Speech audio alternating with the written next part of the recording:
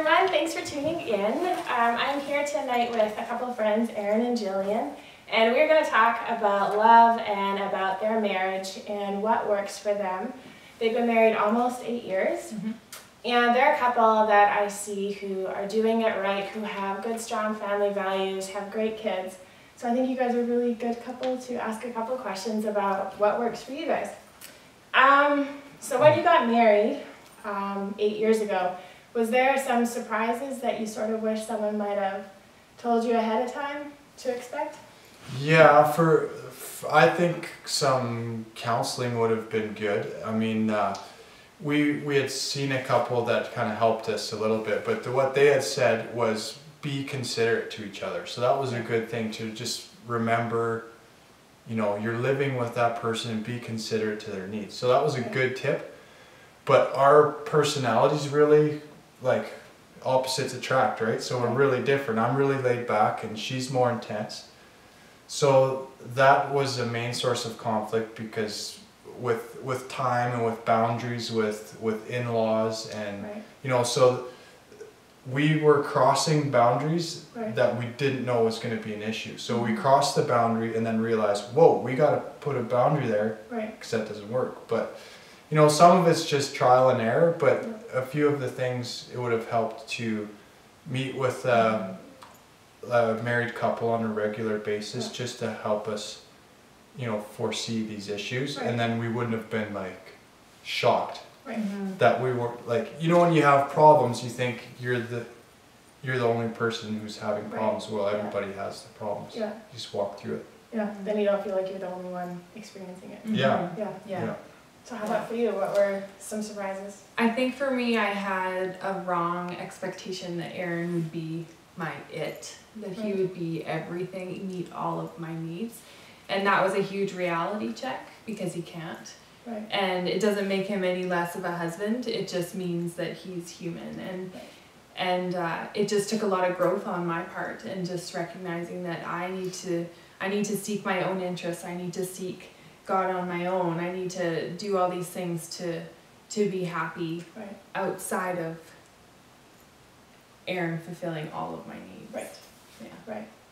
So you guys have 2 little girls and a very busy life. What do you guys do to invest and to feed into your marriage to keep it strong? Well, there's no substitute for time. So, you know, we eat as many meals as we can together. And I mean, we're not at the stage of life where we're driving the kids all over the place, so that helps. They're just 2 and 4.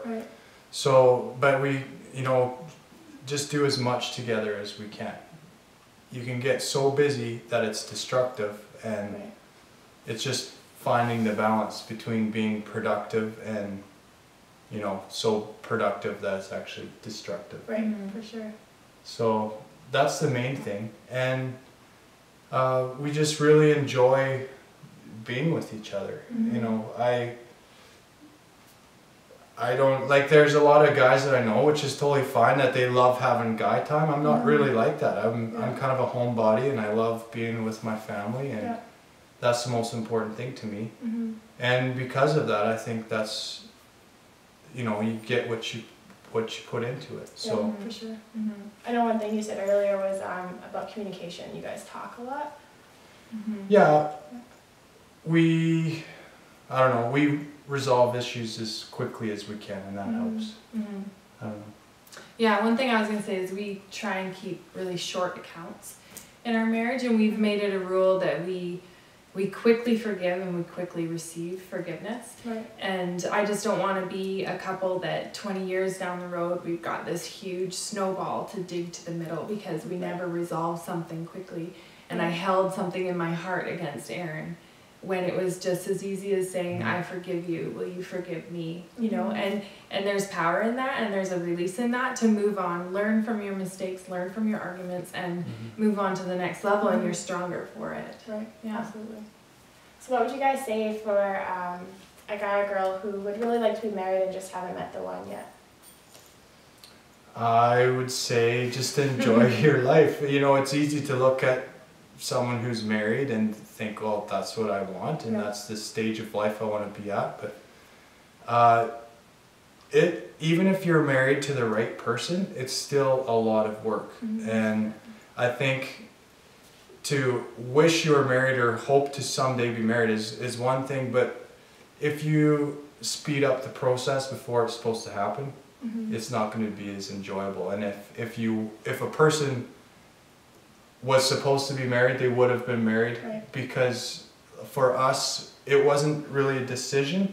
It was just the next step of life. We knew that we really loved each other, and we knew that we'd have a great life together. So it was kind of a no-brainer. It wasn't like this huge decision. It was, there was just a peace in knowing it was the next step of life. So I don't know. That and just being confident, because confidence is in a very attractive aspect of someone's life, or characteristic in somebody. So, wanting something so bad comes across as being insecure and needy, and for a guy looking for a woman, that's not something that he's too interested in. Right. So. How about you? I think that I would say enjoy the stage that you're at. Enjoy the freedom. Enjoy just being able to work on yourself. And I always think, like, if you have this list of qualities and characteristics that you want in a mate, then turn around and look at yourself and feed yourself and create those things in you and make yourself an interesting and an attractive person, rather than sitting and hoping that he or she comes along, and just enjoy it, because I enjoyed my singlehood and I enjoy being married, but it's the process of life, right? And your time will come. Awesome. Well, thank you guys for sharing. Thanks for watching, and tune in next time.